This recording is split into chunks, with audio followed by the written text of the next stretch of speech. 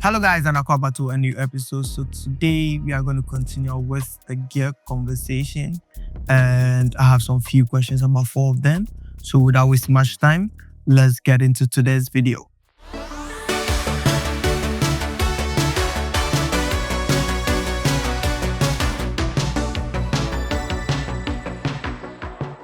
All right, so today, as I said earlier on, I have 4 questions, 4 beautiful questions. And the first one is, how do filmmakers power their cameras all day? That is the first question. How do filmmakers power their camera all day? So there are so many ways that a filmmaker can literally power their camera, for the entire day. And it depends, actually. It depends, especially if you are using a mirrorless camera. There is this method that you could power your camera the whole day. That is powering your camera through an outlet, connecting your camera directly to a power outlet and powering your camera that way. Now, there are 2 methods to this. When it comes to mirrorless cameras, there are 2 methods to this. One of the most commonly used method is having a dummy battery that you can actually plug into your power outlet. So you put that dummy battery into your camera. There is a cable that comes out, and you plug that particular cable into your power outlet. This can power your camera the whole day without it going off. Now, this is commonly used by most streamers, since they have to have their camera on all the time and don't have to change their batteries. So they tend to use this method, and it's one of the most commonly used methods that you can use to power your camera. Now, the second method is if your camera supports power delivery through its USB port, you can put in a fresh battery into your camera. Then you plug the Type-C cable or the Type-C power into that USB Type-C port and power your camera that way. So with that, it kind of charges the battery and the battery never runs out. So that is another method that you could also power your camera. Now, other methods that you could power your camera when it comes to the cinema side of things is that normally most of these cinema cameras come with their own proprietary, power cable where you can plug into their DC power port and power the camera that way. I think for the C70, it has that cable. I think Red also has that cable. If not all, some other few cinema cameras also come with its proprietary power cable that you can plug into a DC port. Now, another method that we don't normally see around that is not really common is Vmount. Yes, I know Vmount has some number of hours that they can last no matter the size of the Vmount. But if you want to use a Vmount system and also power your camera the whole day, then go in for the hot swappable style of powering your camera with a Vmount. So there are these power solutions or Vmount power solutions that has 2 sides. You can plug 2 Vmount at the same time.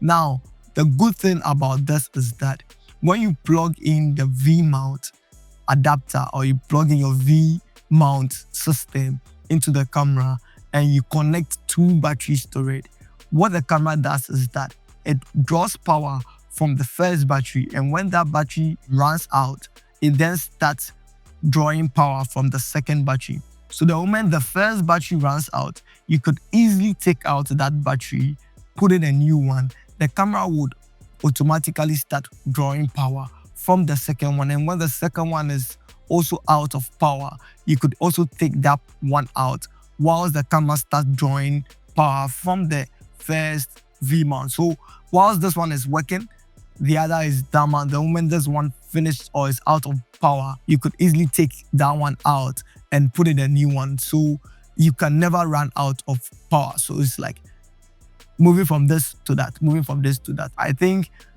for big cinema cameras, when people are doing big productions, most people like to use the system so they don't have to always put off the camera mid-shooting. So that is the method, or that are the ways that you could actually power your camera for the whole day. Now, the second question is, do I need proxies for my 4K footage?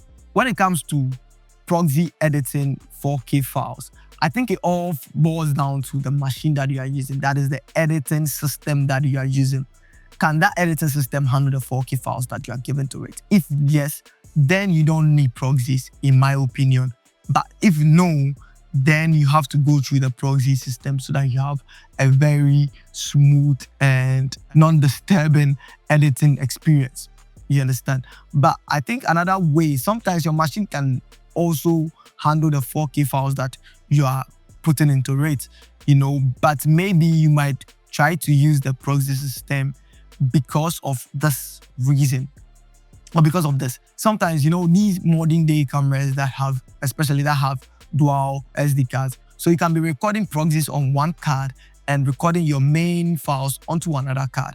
Now, sometimes people like to edit very fast. Like the moment they are done, they are going to start editing, or sometimes with all these cloud systems where you can be recording and everything that you are recording is sending proxy files into the cloud for your editor to start cutting them before you actually bring in the actual footage.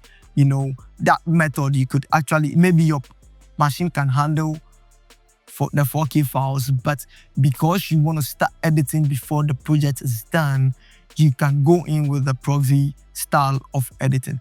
Most of the times people do this, with movies and all that. Sometimes when people are shooting movies, they have their editors, right beside them or right around them, where the moment they finish a scene, the editors start working with the proxy files, to kind of do a rough edit to see whether whatever they are shooting is going to, make sense. It's going to, that is what they want. Like the end product is what they want.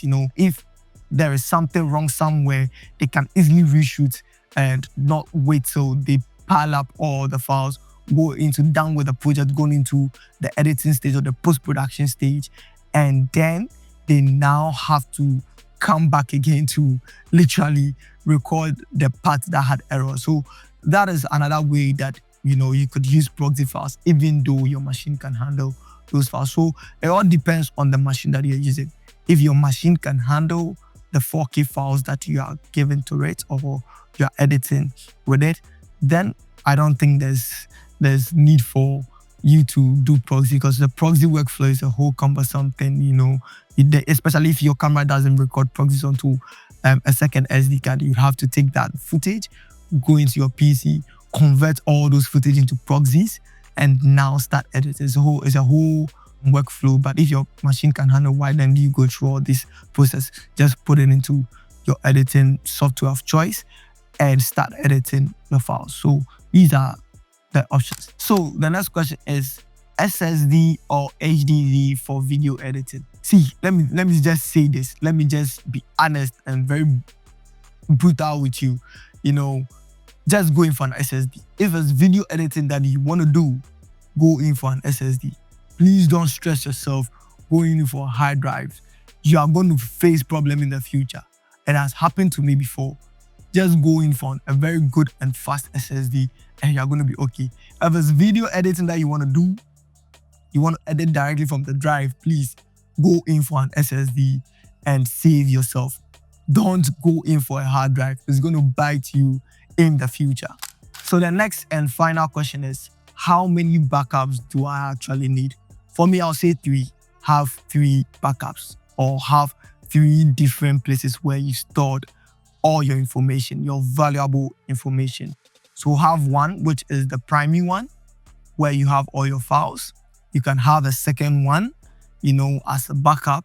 And you can have a third one, maybe probably somewhere else, not around the location, in case something happens, maybe flood or there's a fire outbreak, and everything in your space get destroyed.